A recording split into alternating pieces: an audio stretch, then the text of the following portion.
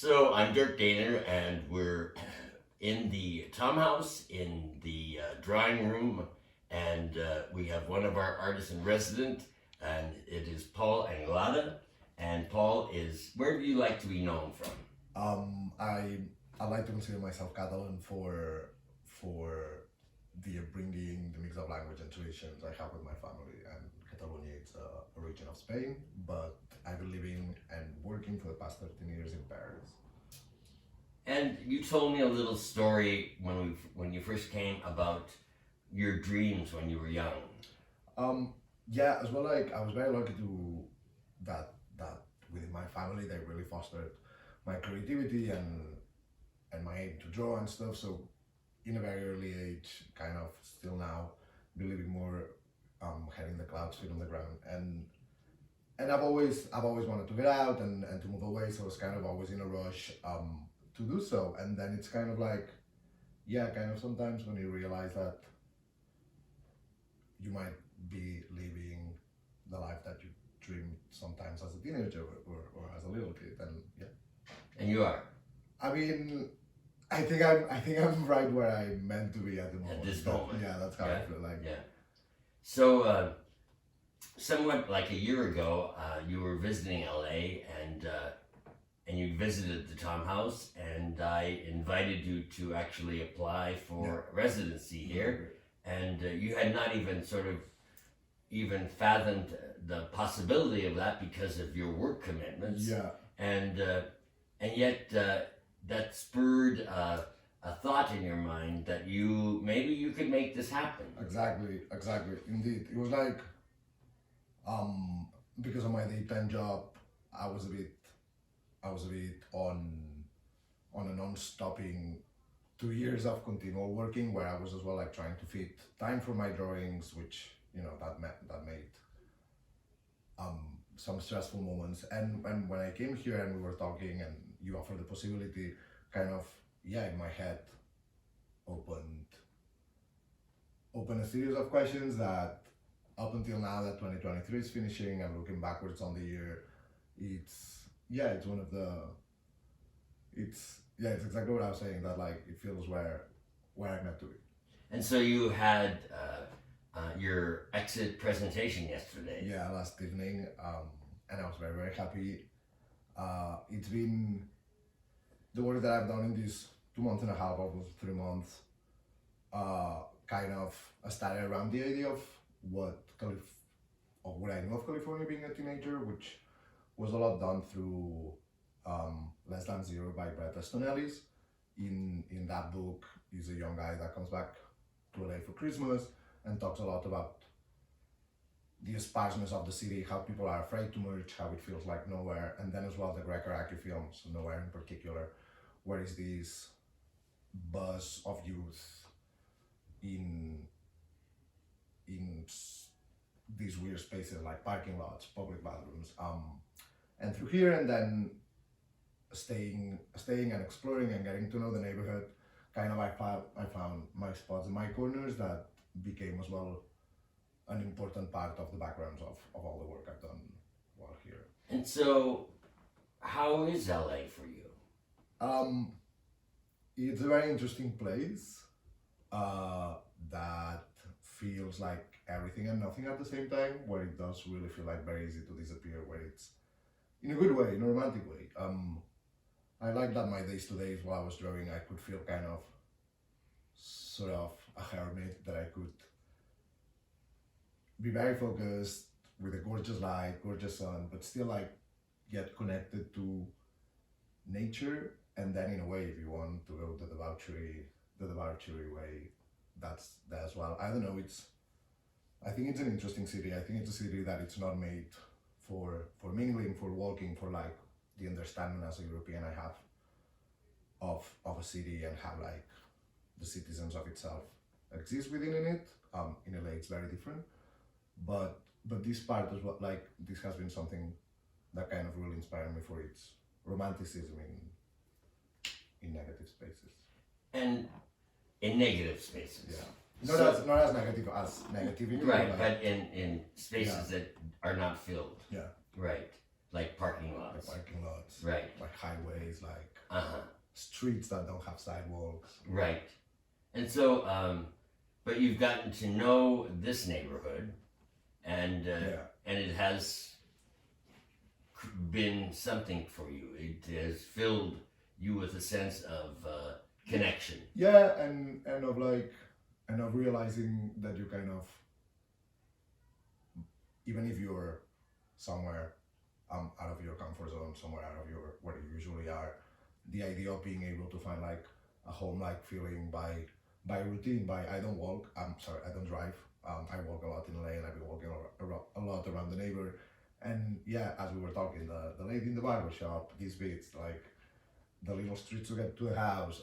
I don't know. Yeah, Yeah, those things. yeah. So tell us a little bit about your relationship with the other artists in residence. So I was very lucky to get to share the space with Aude Motien, which is a filmmaker and painter from Bangkok, and then Donald, which is a choreographer, Shorter? Donald Shorter, choreographer and filmmaker from New York. And it's been amazing because even the three of us being very different, I don't know, I've really got inspired of both their drive, point of view. I've learned a lot as well of, yeah, just putting yourself in contrast, not in contrast with other people, but people with very different backgrounds, with very different ideas, that I think that in the same way, the work of us three kind of like meets in some point, and I think that's quite very beautiful. It was really pleasurable for us from the outside to see the three of you bond with each other. And like you said, all from different locales, and yet all young creatives, and I think that the city of Los Angeles, it fosters that. Exactly, Yeah. I agree. So, but then as well, like with the house and with the queer community in California, with the trips we took together to Leather Pride in Palm Springs. Yeah, where all the different activities. Yeah. You were very, I don't know, fortunate or unfortunate, but you actually were around for quite a few different experiences. I was super happy. I feel that like in Europe, or at least with my experience, I've never gotten so many intergenerational relationships or talks, or being out in like social events with these people that, you know, in a way it's my blueprint. It's in a way of like history, experience, yeah. And I think that's been fantastic. And then as well, like see the different parts of the kink and the leather community, how beautifully foster hospitality and fraternity on a group of men that enjoy this part of their sexuality as an act of, Yeah, I really think that. of revolution and of resistance. Yeah. Yes. Actually, that's interesting that you say that, because we had an artist from Poland, and Paul. yeah, Yeah. and it's all about resistance for him, Yeah. and that in fact we don't want to be completely absorbed into this larger society, that we want to keep our own indigenous culture that has been created over the decades. Yeah, a subversive point of view that for me circles around the idea of community, not judging, passing, passing Yes. the torch, including everyone, with space for everyone, and a seat at the table for And- everyone. And there was definitely, I mean, in the early years, Tom wasn't, it was only later that people recognized that he was such a subversive, in that he was taking from the society that which they wouldn't give homosexuals, and he was giving it to them and empowering them so that they could feel their own. Yeah. Exactly. And so now, what would you say, as far as a creative, what's happened for you here, as far as newness? I think that with what I was saying about what the lace means, like having the space in the house, not just like the outsides or the room with the light where I've been able to do all this work, but as well like your knowledge, the archives in the house, being able to go through Tom's pages, have this space to research, to think, to stop, and as well experiment with different techniques or different formats like the big scale or the wash paintings. I think that I'm taking back, I'm taking back that to myself, like a space. And Had you ever done anything as large No. as 5 feet or 6 feet? never. And you have a pile of Of shavings. the shaving. Yes, that's how much pencil. Exactly, the passing of time. Yes, and That- it's that- very. that was That quite is funny. a piece unto itself. You're Yeah. going to take this back with you, I take. Exactly, this one I'm gonna take back. Yes, with me. No, yes. no, this one can go elsewhere. And what do you have some aspirations as far as how you want? The family of the big drawings is something that I think it's a beginning here at the house that I'm gonna continue during the next year. And as in terms of aspirations, I think it's just like keeping getting out of the box, and then as well trying to keep a hungry eye for everything that's out there. Yeah. And what else? Anything else that you'd like to? I was concerned that we shouldn't have talked earlier because we would forget all of these things that we chatted about. But what else would you like to share with the public? That part of the drawings that I've been doing here, the small wash paintings, I'm gonna be editing them into a fanzine for the next year. Oh, you are? Yeah, that's the idea as well, to continue the series. I feel that like the work started here, and what we showed last night with the Pleasure Park exhibition, it's a starting point of a bit of a narrative at the moment that's gonna stretch from that, and that as well. The fanzine, hopefully be able to show it for Paris as Book Fair next year, which is an underground fanzine fair that they organize in Paris at Palais de Tokyo. And the big drawings, if the family continues, hopefully as well I'll be able to show next year TBC. So you actually sold some of the work, Yeah, when we're and so have you photographed your work yet? with Jose, we're working on getting everything Documented. Yeah, so that So you have to have. So I tell this to every artist: is don't let anything out of your hands Exactly, until that- it's documented. Yeah, that we learned in the lesson. Yeah, We're learning the Good. lesson with the years. good. No, but that's we're gonna live with that. But it's what I'm saying is, it's been a beginning of a journey here at the Tom House as well, of like self-exploration through the peers that I've been meeting, through getting to listen. It's also interesting. You mentioned L.A. being a city for young creatives, and that it fosters that, and through a broad spectrum of different expressions. Huh? Yeah, exactly. And so has the time that you've spent here given you more sense of you as a creative? You're a very creative person. You work and live in a creative space, but I think that this was 3 months that you gave yourself to devote to a visual form that you've been doing before, but you allowed it to actually develop more. Exactly. Yeah. And get wrong or dare to explore or get out of the box a bit more. And then as well, having the luck of having met all these creative friends around LA here, from like the House of Babylon, or my friend Patrick Carroll, that like everyone does very different disciplines or has very different takes.